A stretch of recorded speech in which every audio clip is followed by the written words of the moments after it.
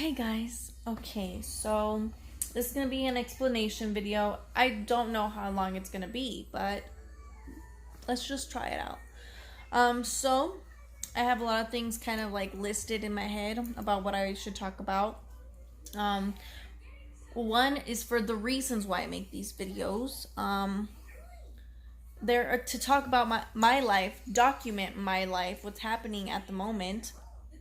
Not to like I don't know, whatever. It's to document my life. It's for me to express myself to a camera.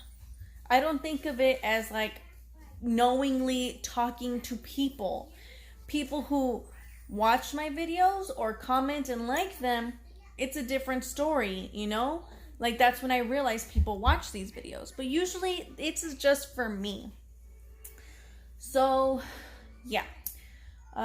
Two, I'm gonna be explaining why I had to delete a video. And then for many reasons why I deleted that video, and then what happened after I posted that video. Alright. And as well explain my daughter's unbecoming habit. Alright, well, we'll begin. I feel like I had to delete that video because, for one, I was really upset when I posted it. And, you should never post something when you're really upset kind of thing, because you say things you don't mean, yada, yada, yada. Well, I said words that I didn't really like using, so I deleted it. That was my reason. I felt like I should delete it for another reason, is because I felt like people didn't like it because I called them out on things which were always there, already there, way before me. Before I even came into the picture. So I'm like, whatever. So that's why I had to take it down. Better explain myself to you guys. So quickly gonna explain the thing that bothered me right after posting that. I'm not gonna say names. I'm gonna say female 1, female 2, whatever. So, female 1, who is older, by 2 months, whatever, confronted me while I was trying to put my daughter to bed, and she was just so upset that she couldn't control herself to actually disrupting me from putting my child to sleep. So we go into the kitchen. She sits down her mom, and she basically tells her, oh yeah, that I had made a video saying that their family was pathetic, which is completely twisted.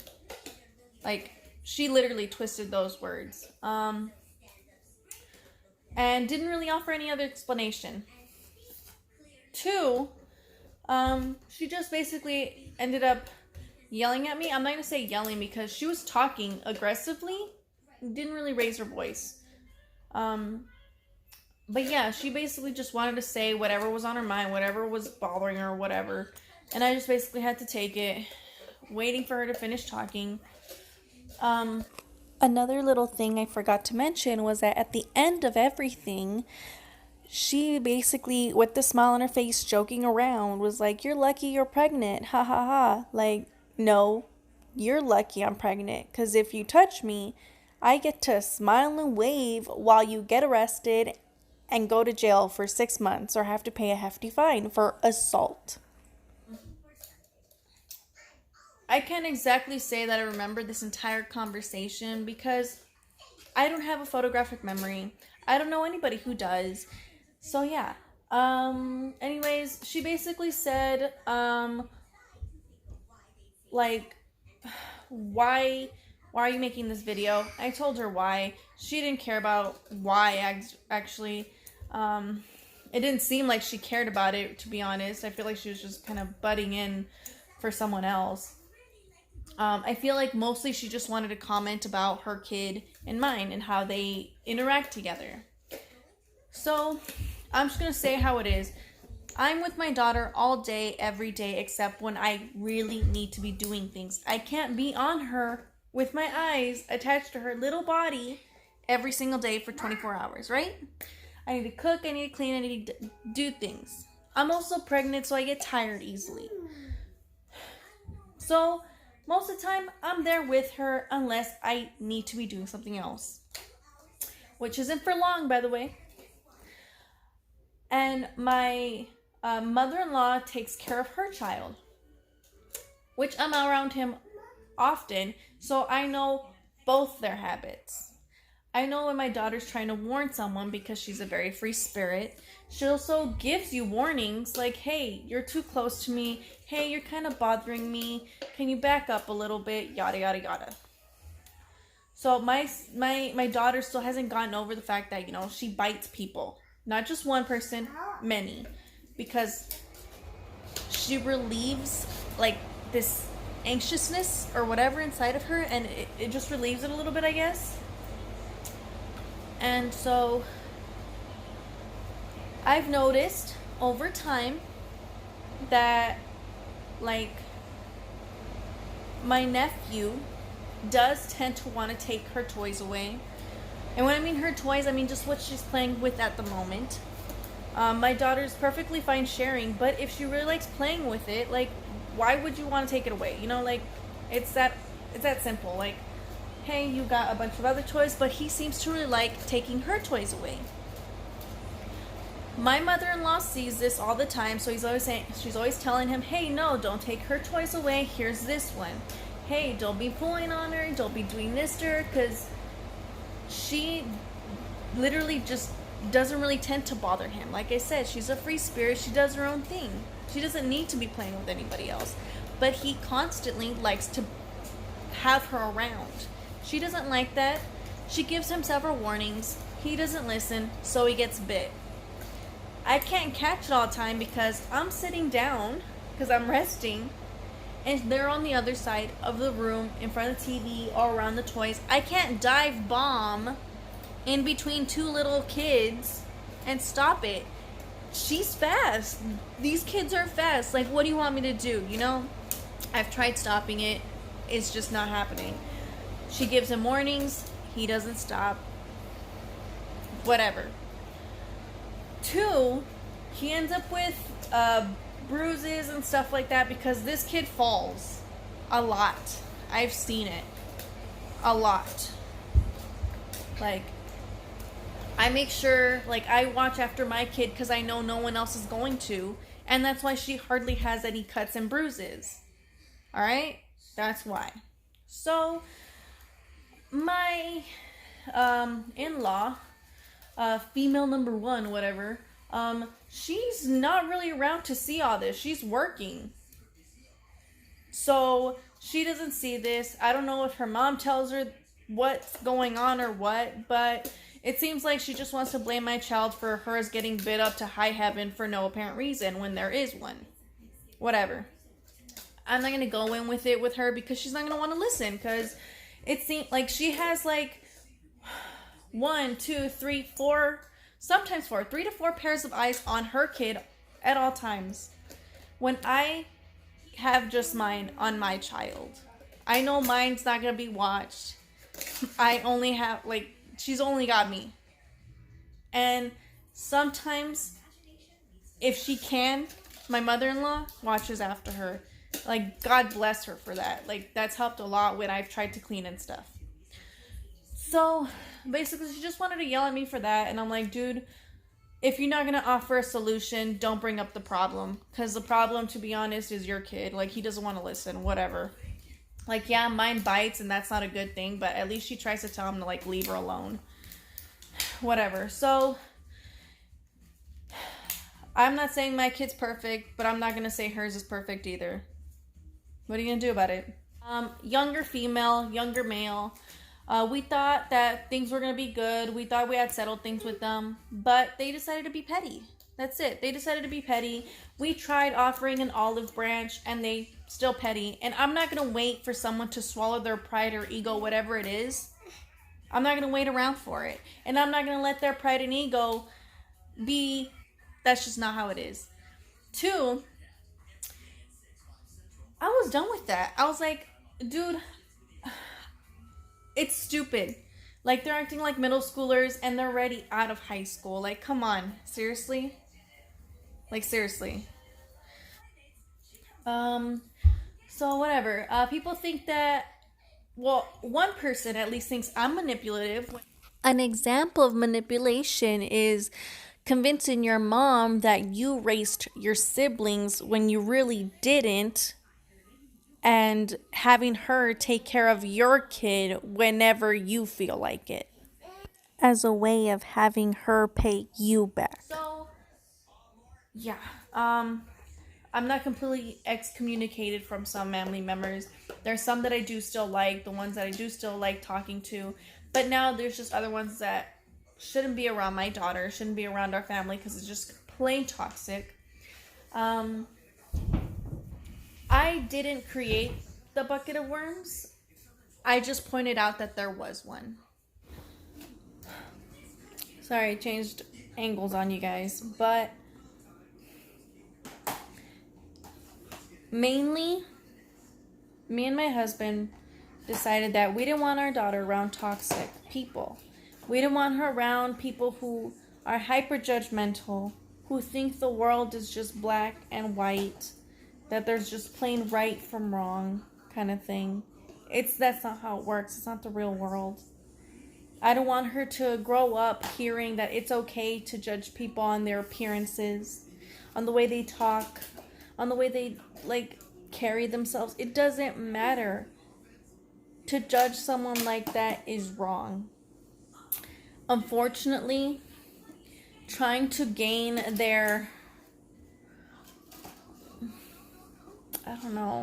friendship, I got caught up and I lost myself. So what we're going to have to do is lose them so that we can get back to ourselves. Because we weren't like that before. Before we started talking with his family again, we weren't hyper judgmental. We didn't criticize harshly. We tried to be understanding, even with each other. But it's just not like that over there, and I'm done. I don't want to be around those kind of people. He doesn't want to be around that kind of environment.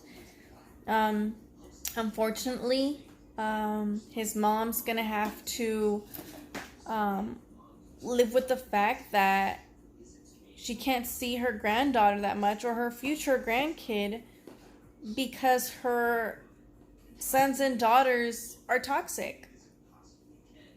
It's that simple. I was there almost every single day and I saw a lot. It's so second nature to them that they don't see what they're doing is wrong.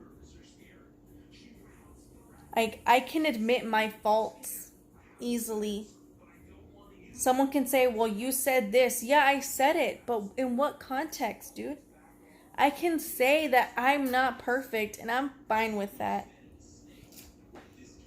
But it's so hard for them to admit that themselves, that I need my daughter to learn that it's okay to admit your mistakes, swallow your pride, and apologize. I'm not going to apologize for taking care of my daughter, for looking out for her mental health and teaching her a healthy way of expressing herself. She's going to grow out of the biting. I'm going to do my best to revert back to how I was, being a better person in general.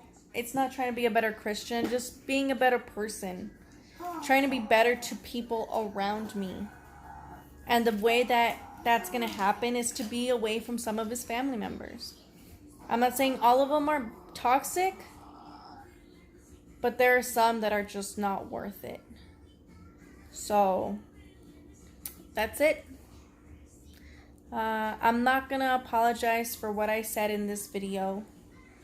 I'm not going to take it down because it's something that I'm going to want to look back on. Because I've had to make a lot of hard decisions for me and for my family. And this could be one of them that I want to show to my daughter and my other children. Also, I just hope that they realize, just like I realized several years ago, that your mom isn't always going to be there. I decided to learn how to cook, clean, and do a lot of things for myself, not just for my future when I know I was going to live alone, but so that I could appreciate the hard work that my mom did for me when I was growing up. So I just hope that they realize how much she does for them, and that if ever they hear her and they think, oh my gosh, so annoying, this is like the 50th time she's told me today, like, if it's something as simple as throwing out the trash and she's told you 50 times in one day, there's something wrong with you. Your mom gave you life. She fed you. She clothed you. She looked after you. And you can't throw out trash every day.